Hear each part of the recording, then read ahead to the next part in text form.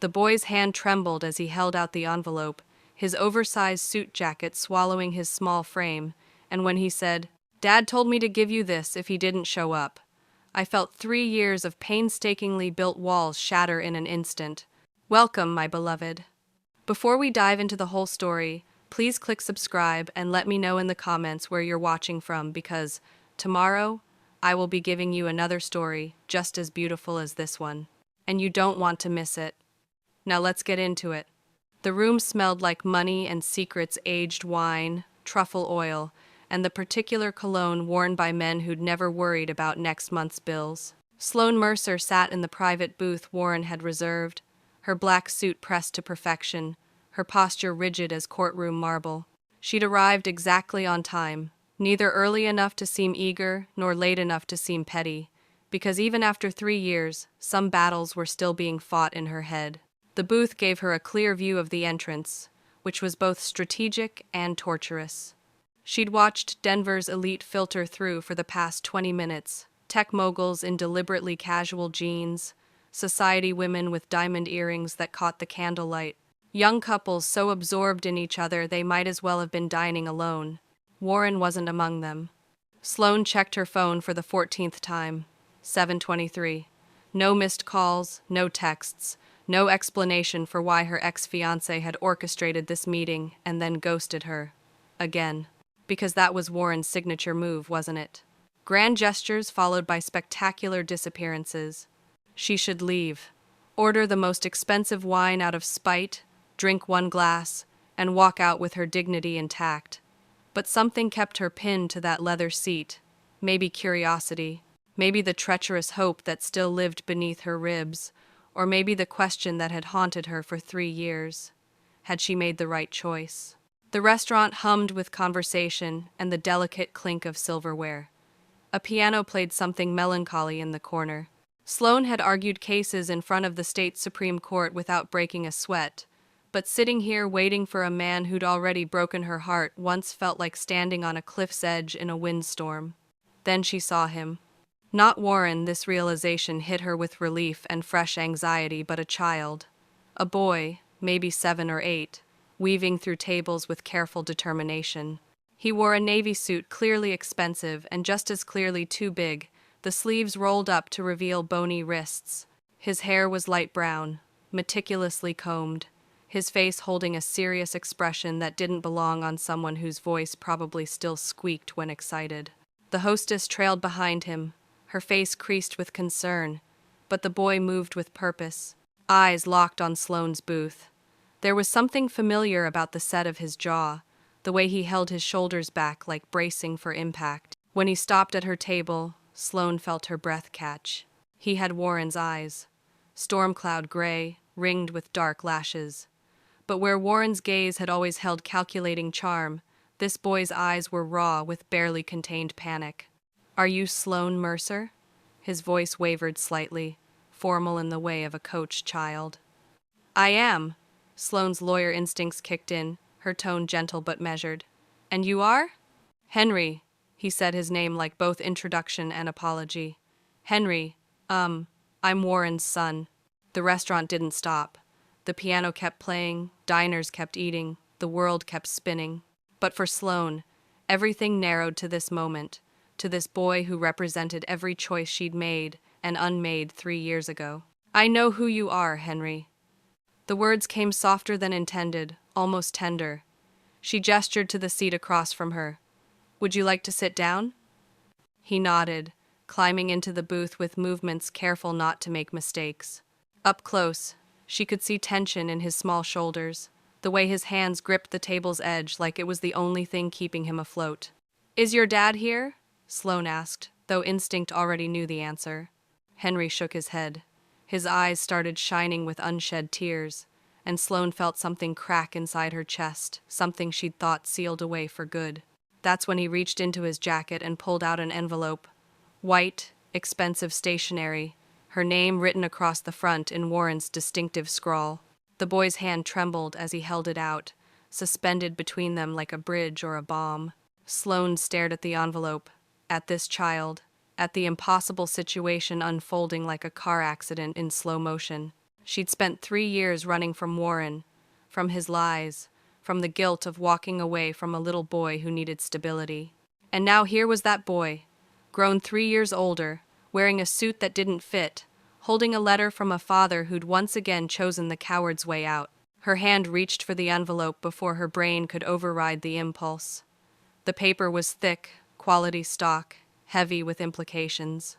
"Henry," she said carefully, "where is your father?" The boy's composure finally cracked. A single tear rolled down his cheek, and he swiped at it angrily, like crying was weakness he couldn't afford. "I don't know," he whispered. "He said he had to fix something. He said you'd understand when you read the letter. He said you were the only person who could help." The only person who could help. Sloane wanted to laugh at the absurdity, except nothing was funny. Warren had disappeared again and left his 7-year-old son to clean up the mess. "Okay," Sloane said quietly, setting the envelope down without opening it. "First things first, have you eaten?" Henry shook his head, surprise flickering across his face. "Are you hungry?" He nodded, small and hesitant. Sloane signaled the waiter. "We'd like to order, please." She ordered steak for herself and turned to Henry. "What would you like?" Henry studied the menu like it was written in a foreign language. "I don't know. What's good here?" "Do you like pasta?" His face lit up slightly. "Yeah, I like pasta." "The carbonara here is excellent," Sloane told the waiter. "And bring him a Sprite, please." After the waiter left, Henry stared at the envelope sitting between them. He looked exactly like someone who'd been carrying adult problems far too long. "Henry," she said gently, "how did you get here?" "He brought me this afternoon. We got a hotel room near here. He helped me get ready, practiced what I should say, and then he said he had to handle something important. He said if he wasn't back by 7, I should come here and give you the letter. He said to take a cab and left money." "A cab!" Anger rose in Sloane's chest, hot and sharp. "You took a cab by yourself?" "The hotel helped me," Henry said quickly, defending his father. "The lady at the front desk was nice." The waiter returned with drinks, and Henry reached for the Sprite, drinking like he hadn't had anything in hours. "Can I ask you something?" Henry said suddenly. "Of course. Why didn't you marry my dad?" The question landed like a punch. Sloane could have deflected, given some sanitized version, but something about how Henry looked at her, not with judgment but genuine confusion, made her want truth. "Your dad lied to me," Sloane said carefully. "He didn't tell me about you until the night before our wedding. That hurt me a lot, Henry. Not because you existed, that wasn't your fault, but because he kept you secret, and I realized I didn't know the person I was going to marry." Henry absorbed this quietly. "He talks about you sometimes. When he thinks I'm not listening, he says you were the one who got away." Their food arrived, and for a few minutes they ate in silence. Sloane watched Henry attack his pasta with single-minded focus. Every time she'd imagined Warren taking custody of his son, she'd pictured something stable, nurturing. This, a boy alone in a cab, delivering mysterious letters, eating like he didn't know when his next meal would come, was not what she'd imagined. The envelope still sat unopened, and with each passing minute, Sloane felt its presence grow heavier. Whatever was inside would change things. She knew that, with certainty. The question was whether she was ready to find out what it was. Sloane waited until Henry had finished most of his pasta before reaching for the envelope. Her fingers felt clumsy, breaking the seal, unfolding the single sheet of paper. Warren's handwriting sprawled across the page, looser than usual, like written in a hurry or under stress. The letter explained everything and nothing. Warren was in trouble, real trouble, with people he'd made bad business deals with. They wanted money he didn't have. He'd tried to fix it, tried to negotiate. Tonight was his last attempt. If it went well, he'd be at the restaurant. If not, Henry needed someone. Someone who would actually take care of him. Someone who wouldn't run when things got hard. There was a key in the envelope to a storage unit in Boulder. Inside were custody papers, naming her as Henry's guardian, a will, life insurance policy, bank statements, everything she'd need. Some cash to take care of him. The letter ended with a plea. "Don't try to find me. Don't call the police. Just take him somewhere safe and give him the life I never could." Sloane read it twice, hands shaking by the second pass. Then she looked up at Henry, who was watching with those storm cloud eyes, waiting for her reaction with the patience of someone who'd learned adults' emotions were unpredictable and dangerous. "Henry," she said carefully, "did your father tell you what was in this letter?" He shook his head. "Just that it would explain everything, that you'd know what to do." Of course Warren would put that burden on her, create a crisis so enormous that refusing would make her the villain. It was manipulation dressed as desperate plea, and the worst part was she couldn't be entirely sure it wasn't real. "Is my dad okay?" Henry's voice was small, frightened. Sloane folded the letter carefully. "I don't know, but I'm going to figure it out, okay? That's my job now, to figure things out and make sure you're safe." "Does that mean you're keeping me?" The hope in his voice was almost painful. "For tonight, yes," Sloane said. "We're going to get you somewhere safe and comfortable, and tomorrow we'll sort through all of this. Is that okay?" Henry nodded, relief flooding his features. "Can we get my stuff from the hotel?" "What hotel?" "The Preston, room 412. Dad gave me a key card." Sloane signaled for the check, her mind racing through logistics. Get Henry's things, go to the storage unit, read through Warren's documents. Call her firm's family law department in the morning. Figure out if she was harboring a kidnapping victim or fulfilling a dying man's last wish. The thought stopped her cold. Dying man. Was that what this was? Was Warren's trouble a euphemism for something much worse? She looked at Henry again, really looked at him. 7 years old, eating pasta in a restaurant too fancy for children, wearing a suit for this occasion. Already bracing for abandonment because that's what he'd learned to expect. 3 years ago, Sloane had walked away from this boy to protect herself. She'd built a life on that decision, constructed an identity around being the woman who didn't need anyone. But sitting here now, watching Henry try to be brave while his world collapsed, Sloane realized running away hadn't protected her at all. It had just frozen her in place, stuck in the moment of heartbreak. Maybe this was her chance to thaw. Or maybe it was Warren's final manipulation, using his son as a chess piece. Either way, she couldn't walk away. Not tonight. Not from a 7-year-old boy who'd already lost his mother and might be losing his father. "Come on," Sloane said, standing and offering Henry her hand. "Let's go get your things." Henry took her hand without hesitation, his small fingers wrapping around hers with trust that felt both unearned and precious. As they walked out into the cold Denver night, Sloane felt the weight of Warren's letter in her pocket and the weight of Henry's hand in hers. She had no idea what she was doing, but for the first time in 3 years, she felt like she was doing something that mattered. The Preston Hotel lobby gleamed with brass fixtures and marble floors.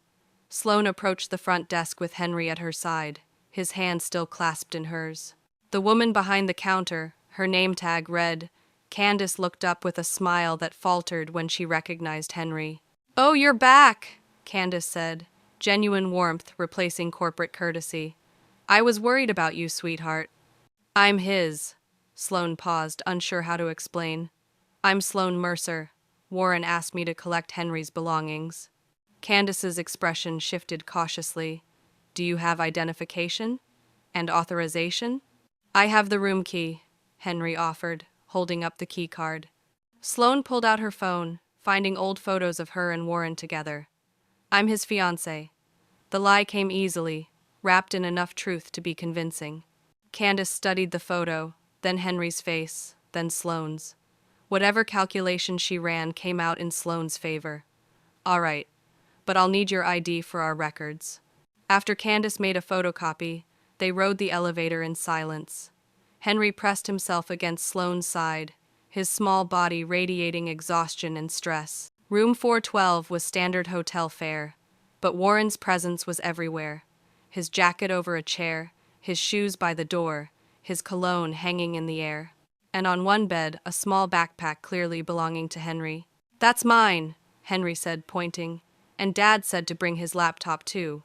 He said it was important." The laptop sat on the desk, closed but not packed. Sloane picked it up, feeling like she was crossing an invisible line. It probably contained answers to questions she hadn't thought to ask yet. "What else do you need?" Sloane asked. He walked to the closet and pulled out a small suitcase. Dad packed this yesterday. He said just in case we needed to leave quickly. Just in case. So Warren had been preparing for this possibility, anticipating needing an escape route. That wasn't someone who thought a negotiation would go well. That was someone preparing for the worst. Sloane helped Henry gather the rest, a stuffed dinosaur that looked well-loved, a handheld game console, a book about space, ordinary possessions of a child's life, now packed like evidence. As Henry zipped his backpack, Sloane noticed a crayon drawing on the nightstand. 3 stick figures holding hands. One tall figure labeled Dad, one smaller labeled me, and one medium-sized with long hair labeled Sloane. I made that this afternoon, Henry said quietly. Dad helped me spell your name. He said maybe if you saw it, you'd understand that I wanted you to stay. The manipulation should have made her angry, but all Sloane could feel was sadness for Henry, taught to perform his feelings to get what he needed. For herself, too cynical to take anything at face value. For Warren, who'd destroyed something good because he couldn't stop running. Can I keep it? Sloane asked. Henry nodded eagerly. Really? Really. She folded it carefully into her purse. Come on, let's get out of here. They stopped at the front desk so Sloane could settle Warren's bill. 3 nights at premium rates, plus room service charges suggesting Warren had at least been feeding his son, if irregularly.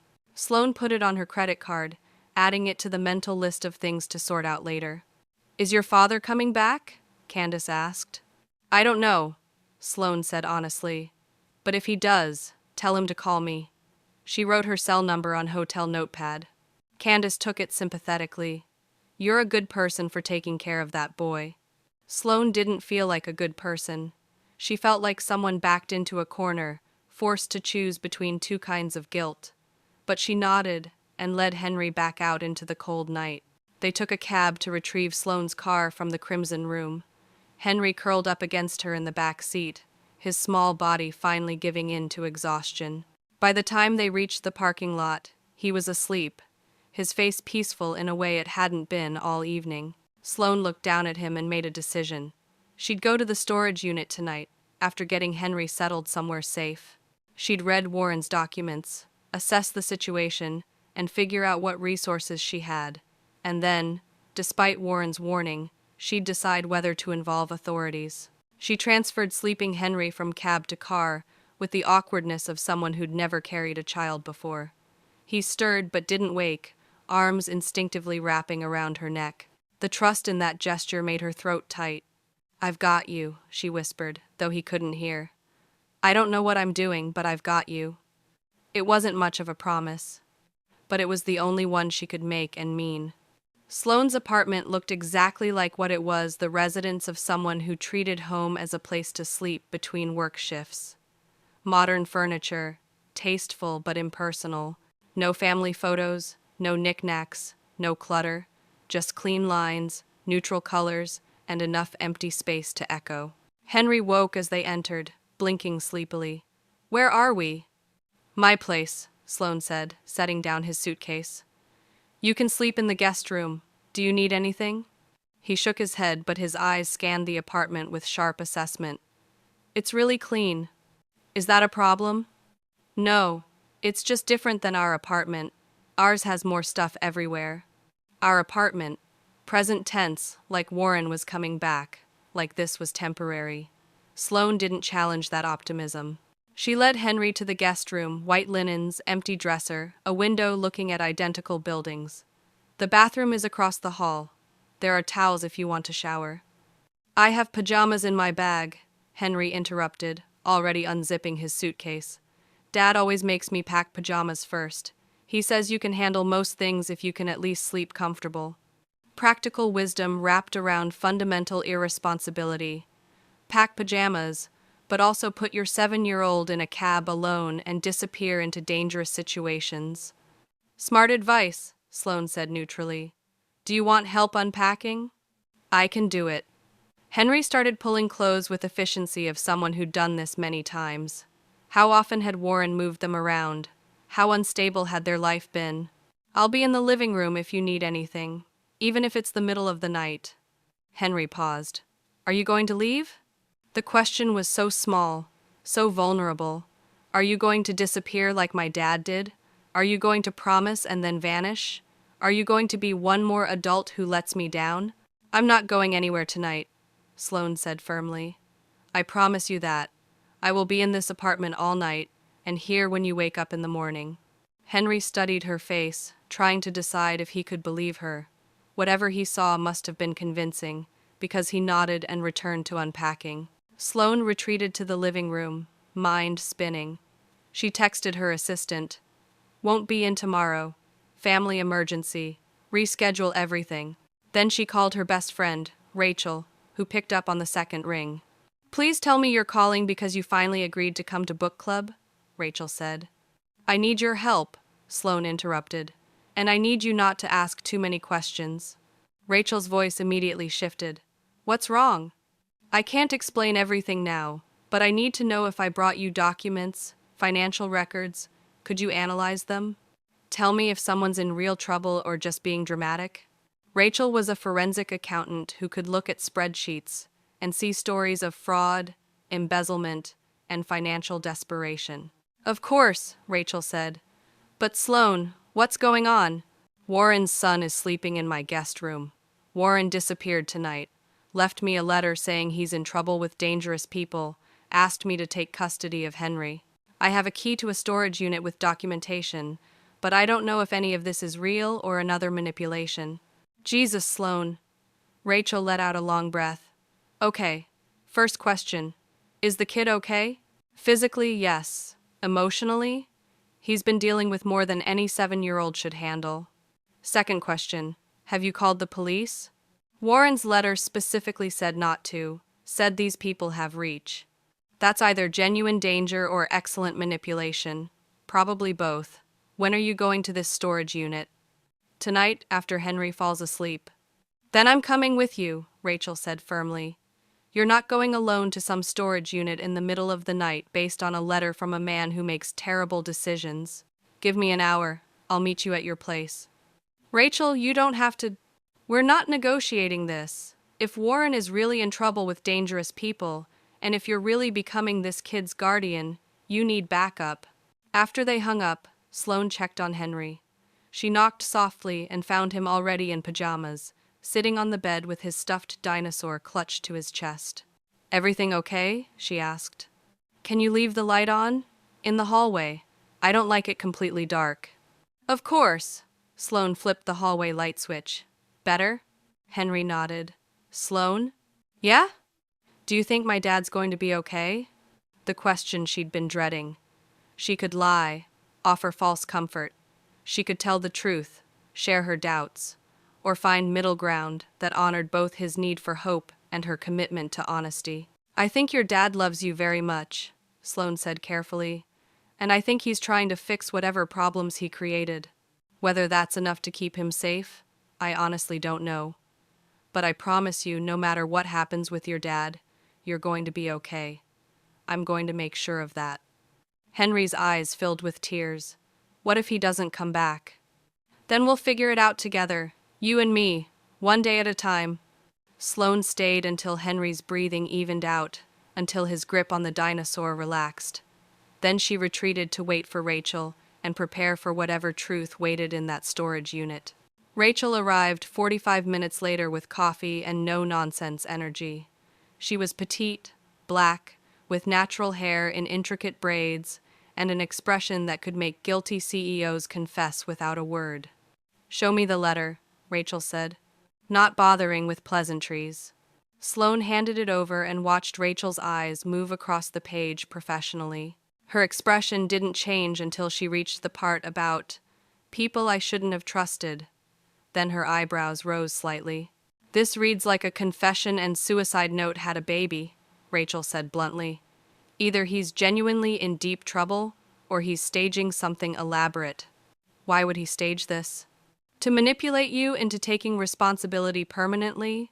To disappear from parenting obligations while looking tragic rather than deadbeat?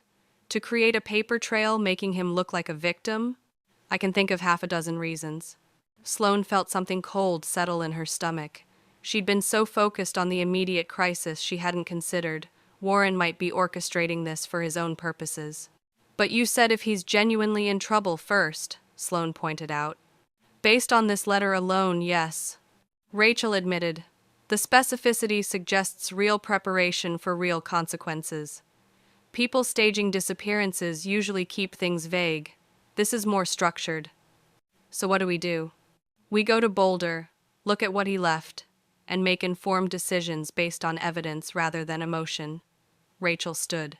How's the kid? How's the kid? Asleep, scared, trying to be braver than he should have to be. Like someone else I know, Rachel said pointedly. You're good with him, Sloane. I don't know what I'm doing. Nobody does. That's parenting. That's life. We're all just making it up and hoping we don't completely destroy the people who depend on us. They left a note for Henry and headed into the Denver night. The drive to Boulder took 40 minutes, mostly in silence. Rachel drove, while Sloane stared out at darkness punctuated by occasional lights. Secure Space looked like a prison designed by someone who'd never seen joy. Chain-link fence with barbed wire, security cameras, yellow-lit corridors that felt threatening rather than protective. The guard barely glanced at Sloane's key before waving them through. Unit 247 was in the back corner. Warren had clearly wanted privacy. The key turned smoothly. The unit was climate-controlled, about 10 feet by 10 feet, crammed with boxes and filing cabinets. In the center sat a card table with a single folder on top, labeled, "Start here." Dramatic, Rachel muttered, pulling on latex gloves. Sloane opened the folder and felt her stomach drop. Custody agreement, professionally drawn up and notarized, naming her as Henry's guardian. Life insurance policy with Henry as beneficiary, Sloane as trustee. Bank statements showing catastrophic financial situation, $600,000 in debt, most owed to Meridian Capital Solutions. That's a loan shark operation, Rachel said, reading over her shoulder. I've seen them before. They operate just barely on the legal side, high interest rates that technically comply, but enforcement methods that definitely don't. Beneath were printed emails, arranged chronologically. Warren had borrowed $200,000 initially for an investment that fell through, then borrowed more to pay back the first loan, then more for living expenses. Classic debt spiral. The most recent emails were threats, thinly veiled at first, then increasingly explicit. The last email, dated yesterday, was short, 8 p.m., Larimer Street warehouse. Bring what you owe or bring proof of good faith. Don't make us come find you. He went to that meeting, Sloane said quietly. That's where he was supposed to go tonight. Rachel pulled out her phone, photographing documents. We need copies of all this, and we need to decide whether we're calling the police. He said not to. He's not here to make that decision anymore. Rachel interrupted. Whatever he was trying to negotiate, he missed his dinner reservation, which means either he got what he wanted and decided to disappear anyway, or something bad happened. Rachel pulled a small metal box from a filing cabinet, revealing stacks of cash. There's at least $30,000 here. He said there'd be money for Henry. This isn't savings account money, Sloane. This is, I've been pulling cash to stay off the radar money. This is, I'm preparing to run money. Rachel's voice was gentle but firm. Whatever story Warren told you, the evidence says something different. He's been planning this. The betrayal hit harder than expected. Some part of her had wanted to believe the letter was real, that his disappearance was forced, not chosen. But the cash, the fake name, the carefully arranged documents, they told a different story. Warren had been preparing his exit strategy, and Henry was part of that strategy. Not as someone to protect, but as someone to place. A problem to be solved. We call the police, Sloane said finally. Not because I think they'll find Warren, I think he's gone, but because Henry deserves to know the truth, and because if Meridian Capital comes looking, they might come for anyone connected to him. They spent 2 hours documenting everything. The life insurance was real, $500,000. The custody papers were legally binding. The debt was catastrophic, but not Henry's responsibility. By the time they locked the unit, Sloane had a clearer picture. Warren had gotten in over his head, tried to dig his way out, and only gone deeper. When he'd accepted he couldn't win, He'd done what he always did, run, but this time arranging to leave his son with someone who might actually take care of him. It wasn't love. Or rather, it was Warren's version, self-serving, dramatic, fundamentally cowardly. But it was also, in its twisted way, the most responsible thing he'd ever done. Dawn was breaking when Sloane and Rachel returned. Sloane expected to find Henry asleep, but instead he sat at the kitchen counter, her note clutched in his hand, eyes red from crying. "You left," he said accusingly. "You said you'd be here, and you left." "I left you a note." "I don't care about the note. Dad left notes too. Be back soon, buddy." And then sometimes he didn't come back for hours or days, or he'd come back scared and we'd have to move again. He was crying openly now. Everyone leaves. Everyone promises they'll stay, and then they leave. Sloane felt something break inside her chest. She'd thought she was doing the right thing, investigating Warren's claims. She hadn't considered how it would feel to a traumatized child to wake up alone. She crossed to the counter and pulled Henry into a hug, letting him cry against her shoulder, feeling his small body shake with emotions he'd been holding back probably since his father first disappeared. "I'm sorry," she said quietly. "You're right. I promised I'd be here and I wasn't. I should have stayed, or woken you and explained. That was wrong, and I'm sorry." Henry's crying gradually subsided. "You're not going to give me back, are you? Like when people return things to stores?" The question was so heartbreaking that Sloane had to fight back her own tears. "No, Henry, I'm not going to give you back. I'm going to keep you, if that's what you want. But I need you to understand I've never done this before. I'm going to make mistakes, but I promise I'll always tell you the truth, and I promise I'll always come back. Dad used to promise that too. I know, and I can't prove to you with words that I'm different. The only way I can prove it is by showing up, every day, even when it's hard. That's going to take time, and you might not believe me for a while, but I'm still going to be here." Rachel stepped forward. "Henry, I'm Rachel. I'm Sloane's best friend. Can I tell you something?" Henry nodded, wiping his eyes. "Sloane is the most stubborn, most loyal, most relentlessly responsible person I've ever met. When she commits to something, she doesn't quit. Ever.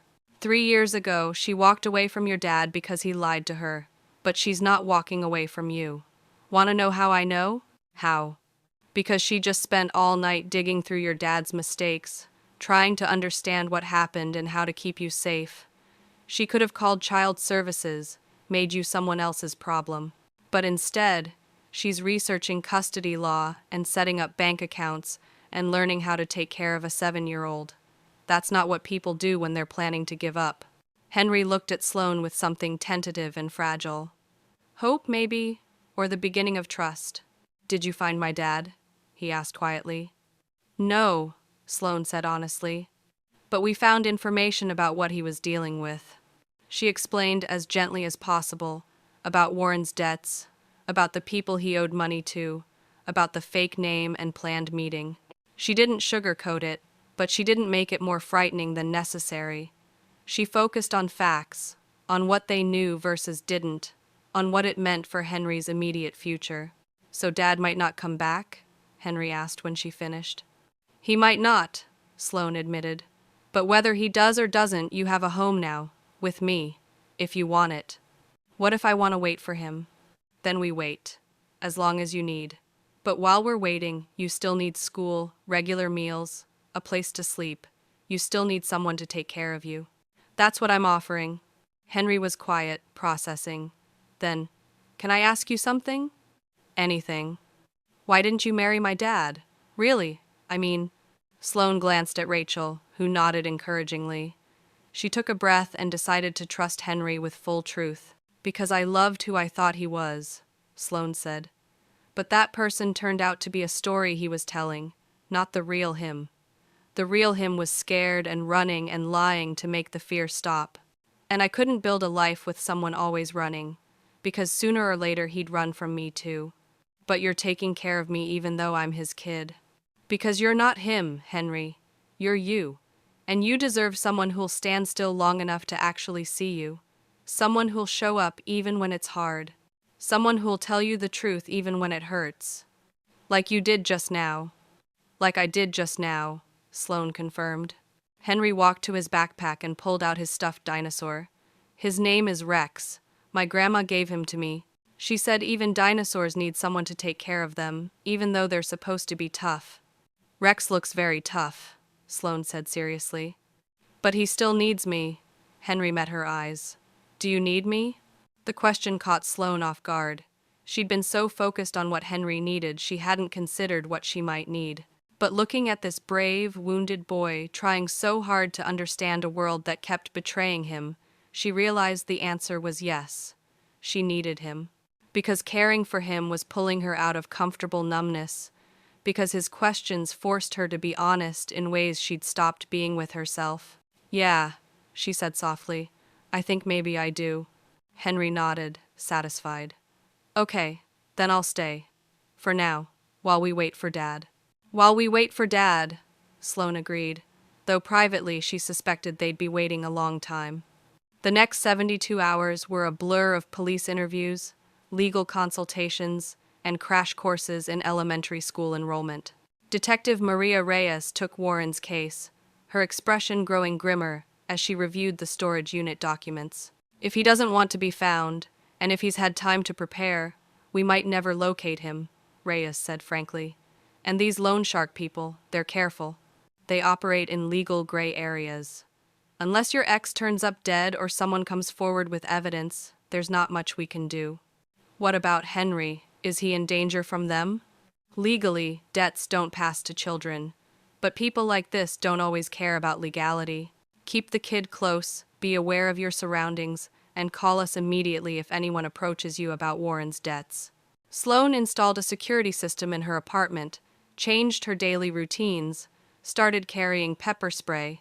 She also hired a private investigator named Jules, who specialized in tracking people who didn't want to be tracked. The legal side was surprisingly straightforward.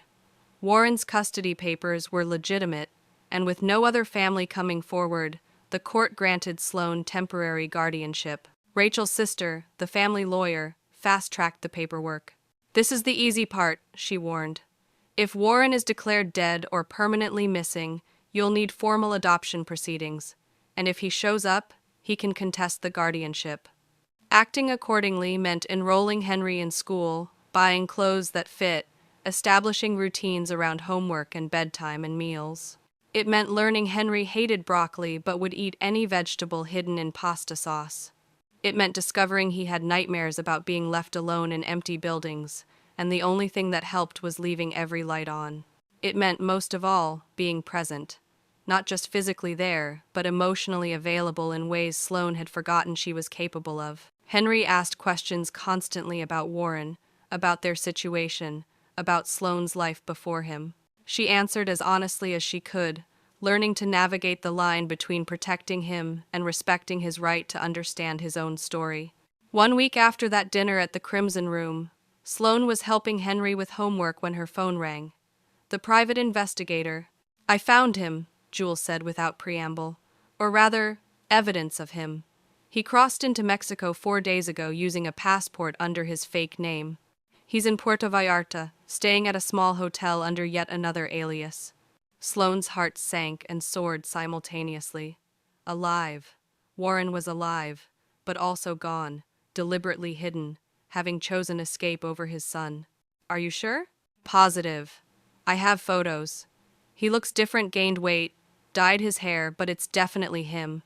You want me to confront him? Sloane looked at Henry, bent over his math worksheet with focused determination. What would she gain from confronting Warren? An explanation that would be half-truths? A promise he'd never keep? Another chance for Henry to be disappointed? No, she said quietly. Just send me the documentation. I'll decide what to do with it later. You're letting him go, Jules said. It wasn't a question. I'm choosing Henry over Warren's drama. There's a difference. After she hung up, Sloane sat with the information. She could show Henry the photos, prove his father was alive and had chosen to leave. Or she could keep it to herself, let Henry hold on to hope while he settled into his new life. In the end, she chose honesty with compassion. She waited until Henry finished his homework, until they'd eaten dinner, and he was relaxed on the couch with Rex. Then she sat beside him and said, "The investigator called. She found your dad." Henry's head snapped up, hope and fear warring. "Is he okay? Is he coming back?" "He's physically okay. He's in Mexico, at a beach town called Puerto Vallarta. But Henry, he's not coming back. At least not anytime soon. He left the country, changed his name again, is hiding from the people he owes money to." Henry's expression crumbled. "He left me. He really left me." "Yeah, sweetie, he did. Why wasn't I enough to make him stay?" Sloane pulled Henry close, feeling his small body shake with sobs. "This isn't about you not being enough. You are more than enough. Your dad's leaving is about his own fears, his own inability to face consequences. It's about him being broken in ways that have nothing to do with how much he loves you." "Then why does it hurt so much?" "Because love and pain aren't opposites. You can love someone and be hurt by them at the same time."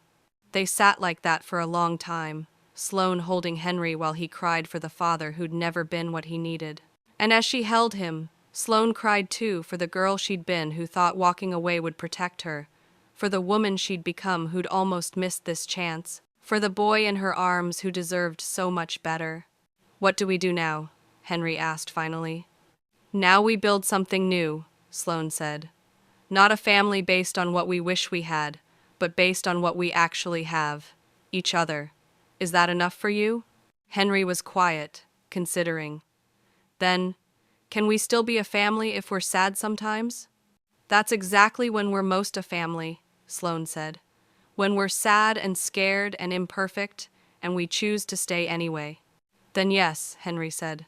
"That's enough for me." 3 months later, Sloane stood in the doorway of what used to be her sterile guest room and marveled at the transformation.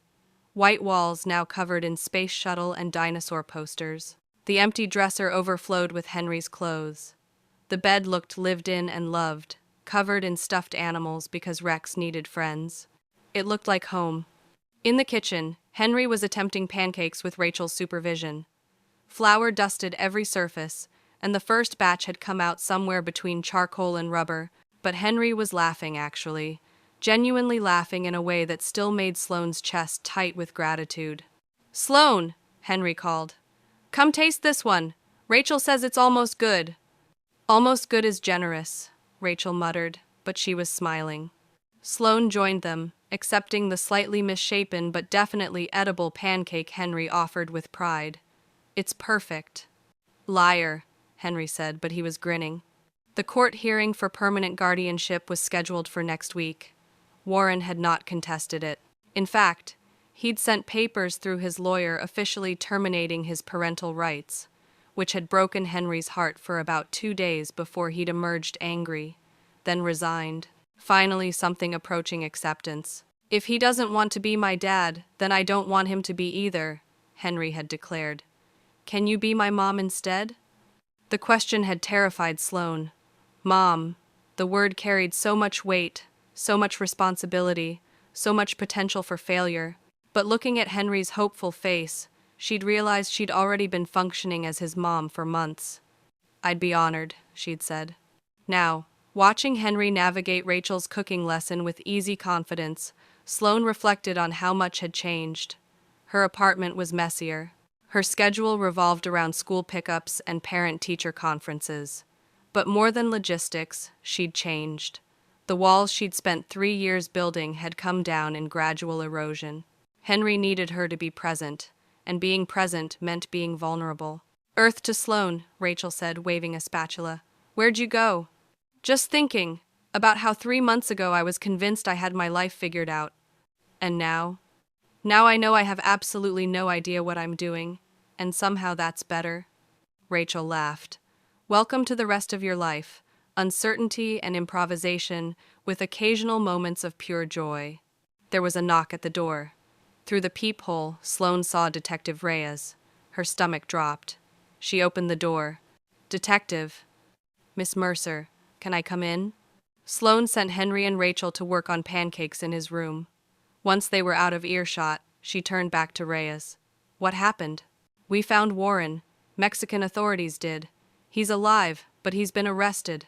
Tried to run a con down there, fake investment scheme targeting American expats. Someone recognized him, tipped off the federales. He's being held in Jalisco, facing fraud charges. Relief, resignation, anger. Warren was alive but still making terrible choices, still running cons that got him in trouble. He could have stayed, faced his debts, taken responsibility. Instead, he'd run and immediately started pulling the same schemes. Is he coming back? Sloan asked. Not anytime soon. He'll probably serve time in Mexico, then face extradition. Could be years. Reyes paused. How's Henry? Better than he has any right to be. He's resilient in ways that break my heart. You've been good for him. I've seen a lot of placements and most don't turn out this well. The kid got lucky when his dad sent him to you. After Reyes left, Sloan stood in her living room, staring at the space where everything had changed 3 months ago. The letter, the frightened boy, the choice between self-preservation and something bigger. She'd been so certain she wasn't equipped for this, and she had failed, in small ways. Burned dinner, forgotten picture day, been too blunt with difficult questions, too protective when Henry needed space. But she'd also shown up. Every day, through hard conversations and harder silences, she'd been there. Is everything okay? Rachel emerged from Henry's room. They found Warren. He's in jail in Mexico for running another con. Jesus, how are you going to tell Henry? Honestly, with the truth, with compassion, and with the promise that no matter what his dad does, it doesn't change what we have. Henry appeared in the doorway, Rex clutched to his chest. I heard, Dad's in jail? Yes, baby, he is. For trying to cheat people. He's going to be there for a while. Henry's face cycled through emotions, shock, sadness, anger, finally acceptance. Is it weird that I'm not surprised? No, Sloan said. It's not weird at all. Your dad has patterns and you've learned to recognize them. My therapist says I can love my dad and still be angry about his choices. That I can wish he was different and accept that he isn't. That I can move on, even if he doesn't. Your therapist is a smart woman. Are you still going to adopt me, even though Dad's alive? He terminated his parental rights, Henry. That means he's no longer your father legally. So yes, I'm still adopting you, if that's what you want. Henry set Rex down and walked over to Sloan. At 7 years old, he barely came up to her waist, but when he wrapped his arms around her and said, "That's what I want," he felt like the most important person in her world. Then that's what we'll do, Sloan said, voice thick with emotion. Next week we go to court and make this official. You'll be Henry Mercer, legally, permanently mine. And you'll be legally, permanently mine too, Henry pointed out. That's how it works, yeah. Good, because I don't want you to be able to return me to the store anymore. Sloan laughed through tears. No returns, no exchanges. You're stuck with me, kid. Best thing I've ever been stuck with, Henry said seriously. They spent the rest of the morning at the park, throwing progressively worse pancakes to grateful ducks while Henry ran around with endless energy. Sloan sat on a bench with Rachel, watching him play with other kids, integrate into their games with easy adaptability. You did good, Rachel said quietly. You took a scared kid who'd been let down by every adult and gave him stability, honesty, and love. That matters. He gave me something too, Sloan admitted. A reason to stop hiding. 3 years ago, I walked away from Warren convinced I was protecting myself, but all I was doing was guaranteeing I'd stay stuck in that moment. Henry pulled me out, not because he needed me to be perfect, but because he needed me to be present. And are you present? Sloan watched Henry climb to the top of the play structure, triumphant and fearless. More than I've ever been. That night, after Henry was asleep with Rex and every light burning bright, Sloan sat at her kitchen counter with the adoption papers spread out. She'd reviewed them a dozen times, but she read through them once more, absorbing what they meant. Legal parent, guardian, mother. The title still felt too big, but she was growing into it. One day, one decision, one moment at a time. Her phone buzzed with a text from an unknown number. Her first instinct was suspicion, but when she opened it, she found a message that made her breath catch. This is Warren. I know I have no right to contact you. I know I've destroyed any claim to your compassion, but I needed to say thank you. Thank you for doing what I couldn't. Thank you for being what I failed to be. Thank you for giving Henry what he deserves. I don't expect forgiveness or even a response. I just needed you to know that I'm grateful. That despite everything I've done wrong, getting Henry to you might be the one thing I got right. Sloane stared at the message for a long time. She could respond with anger, with accusations, or she could simply acknowledge the truth and move forward. In the end, she typed a single sentence. He's going to be okay. We both are. Then she blocked the number, because Henry deserved a mother looking forward, not back. And Warren deserved to live with his choices, just as she was learning to live with hers. The difference was that her choices had led her here to a messy apartment filled with a child's laughter, to a life complicated and uncertain, but infinitely more real than the sterile existence she'd been maintaining. To love, earned through showing up, through staying, through choosing presence over protection. 3 months ago, a little boy had handed her a letter that changed everything. Now, she was about to sign papers that would cement that change forever. And for the first time in 3 years, Sloane Mercer felt like she was exactly where she was supposed to be. Not because the destination was perfect, but because the journey had finally become worth taking. Thank you for watching this story to the end. If you enjoyed this story, you will surely love the next one. It's as beautiful and intriguing as you can ever imagine. So do check it out. See you on the next one.